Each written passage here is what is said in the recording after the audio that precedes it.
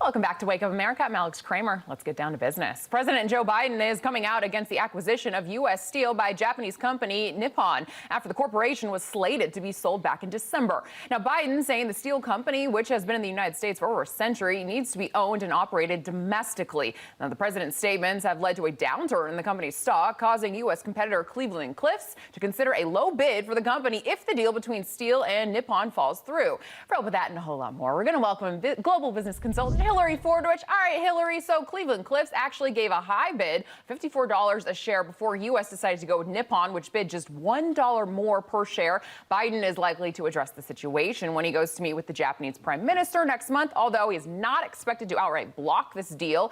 Hilary, what do you think is going to happen here?